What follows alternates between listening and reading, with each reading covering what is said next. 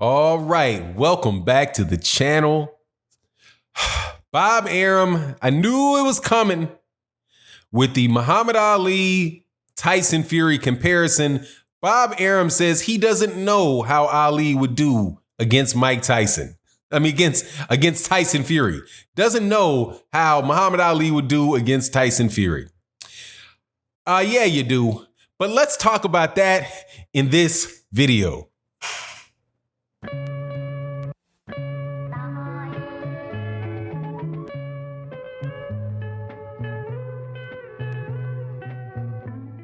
All right, welcome back to the channel, subscribers. Every time that a heavyweight in boxing, every time there's a heavyweight that gets to the point where they're considered the best heavyweight in the world, and I think that is fair to say that Tyson Fury at this point has reached that point right now. I think that's very fair to say because Tyson Fury has held all 4 of the belts. He beat Deontay Wilder. He's never lost. Deontay Wilder's lost to Tyson Fury.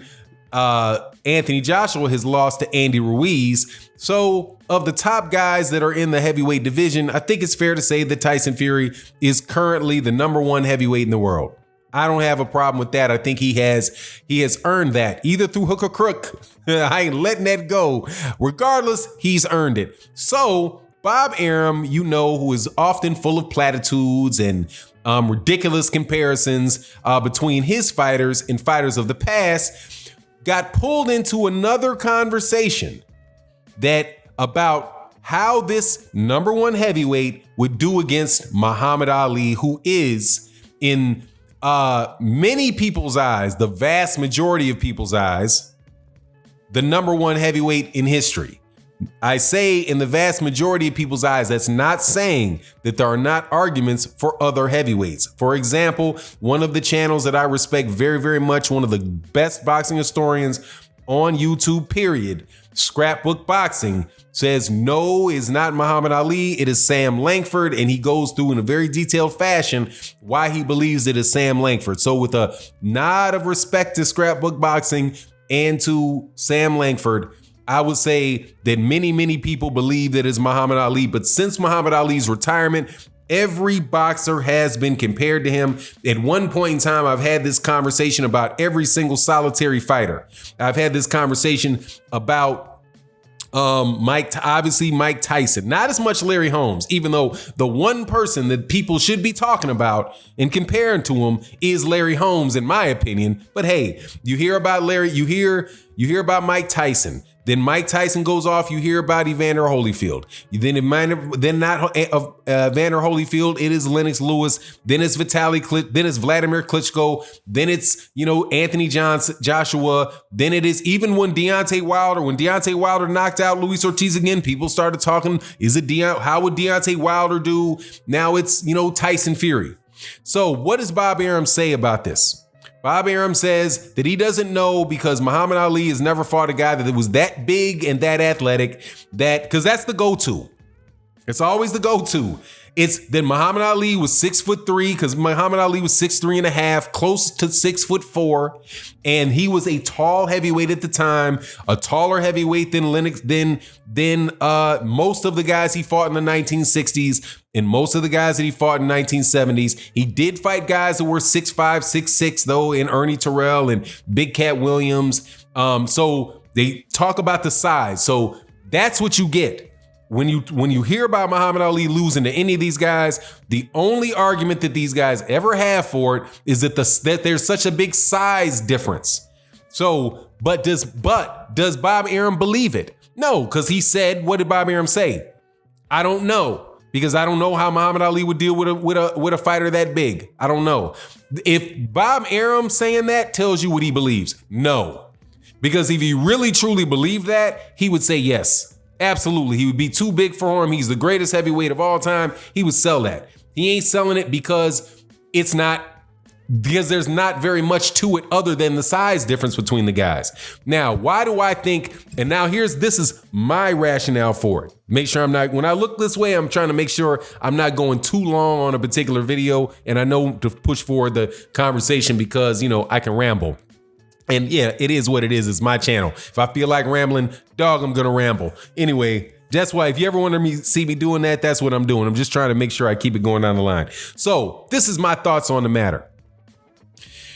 I can say, yes, there's advantages that Tyson Fury would have over Muhammad Ali, and it is the fact that he is very tall and the fact that he is very big. However, unlike what Bob Arum said about Tyson Fury being a great athlete, I do not believe he is. I believe that he is big. That he is big and he is difficult to hit in the head because he is so tall. However, there are other things that you need to consider when you look at a matchup between Tyson Fury and Muhammad Ali. And let's be sure that we're talking about the same Muhammad Ali. When we're talking about Muhammad Ali, we're talking about the best Muhammad Ali that there is. I don't want to hear conversations about Leon Spinks beat him. So what? The dude had Parkinson's at that time. I don't want to hear about Joe Frazier. Joe Frazier was after a 2.5 year layoff, and Muhammad Ali was past his prime. I'm talking about the first Muhammad Ali, the first time that he had 9 successive title defenses, and the first time from the win that he had in 1960, was it 1963 or 1962, when he was 22, whatever the year was, when he was 22 years old and he beat Sonny Liston, and all the way till the Vietnam era, that Muhammad Ali. Let me tell you what Tyson Fury's problem with that is. That Tyson Fury's not going to hit him. Tyson Fury does not have the foot speed. Tyson Fury does not have enough length and foot speed to consistently hit Muhammad Ali, or that version of Muhammad Ali. Muhammad Ali is much faster than him, much faster of foot than him. When people look and say, "Ooh, he looks like Muhammad Ali. Look how he shifted and slipped him." Do you know what Muhammad Ali did that? The shifting and slipping? The shifting when he has his hands against the ropes and he's slipping punches? That is a Muhammad Ali that is fighting a Michael Dokes. That is Michael Dokes that's throwing those punches in an exhibition match in the late 1970s. That is not the Muhammad Ali that was fighting Ernie Terrell, fighting Big Cat Williams, fighting Zora Foley, fighting Floyd Patterson, fighting in that era. That is a different guy, because Ali did not need as much of the shifty head movement against the rings because his foot speed was so significant. So when you see people like a tall, very, very tall Japanese fighter trying to catch up with Guillermo Rigondeaux in a ring, understand that very tall fighter who has to come forward to try to find the smaller guy that's moving has 0 to no chance of getting close to him if he doesn't want him to get it. So when you talk about winning a fight, understand that Tyson Fury has to land a punch on Muhammad Ali, significant punches on Muhammad Ali to win the fight. That is going to be highly difficult for a guy, especially if he's 6'9", trying to track down a 6'4" dude that runs like an antelope. Going to be very, very difficult. It will be difficult for Ali, though, to get inside of Tyson Fury. If he have to slip his jab, get inside, land a shot, get in and get out.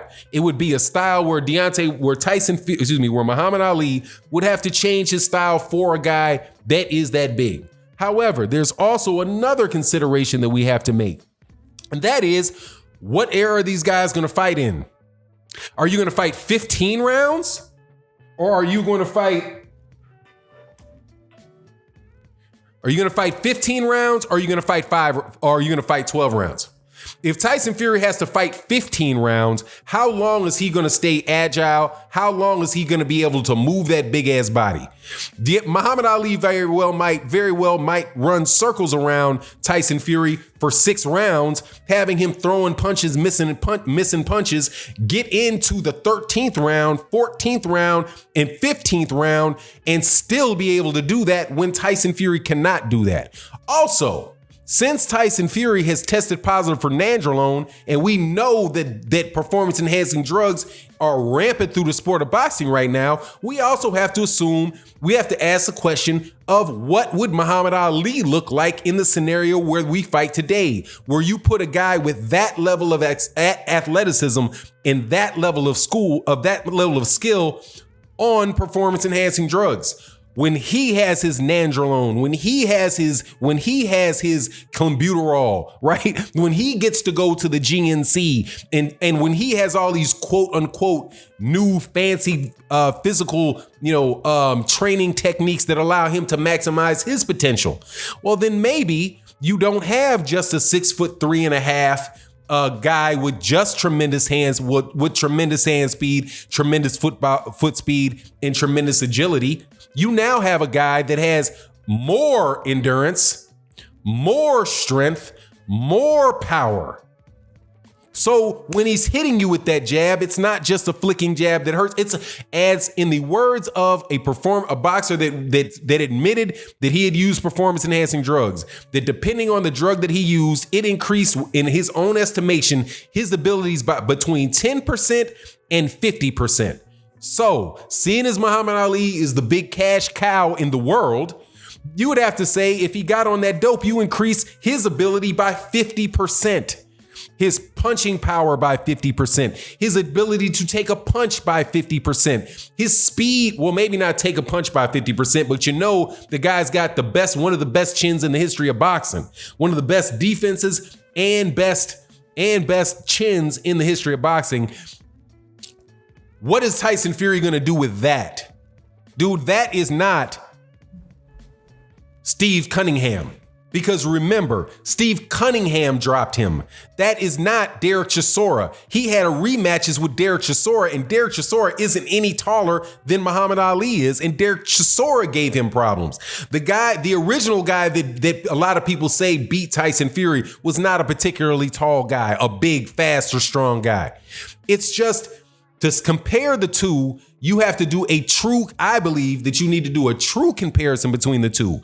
Say, what will Tyson Fury do in 15 rounds? You don't know, because he doesn't have to go 15 rounds. What would Muhammad Ali do if you pumped him full of nandrolone? We know the answer to that. You know what I mean? You know the answer to that. He becomes bigger, stronger, faster because he's doped. And Tyson Fury, my friends, is doped. Once you get caught for performance enhancing drugs, at least in this historical type of conversation, I feel it's fair to assume that you're doping. And say, if Tyson Fury fought back in 1960s and he didn't have that dope, how big would he really be? How much endurance would he really have if he doesn't have a little extra kick in to help him run more miles, or give a little extra kick in to help him deal, to recover from injuries more quickly? I think that shifting Muhammad Ali into today makes a stronger Muhammad Ali. Shifting Tyson Fury into the rules of that Muhammad Ali fought in, that makes Tyson Fury a weaker fighter. So that's how I see it, but these comparisons are always going to get made. You let me know what you think in the comment section. And with that, I'm out. Peace.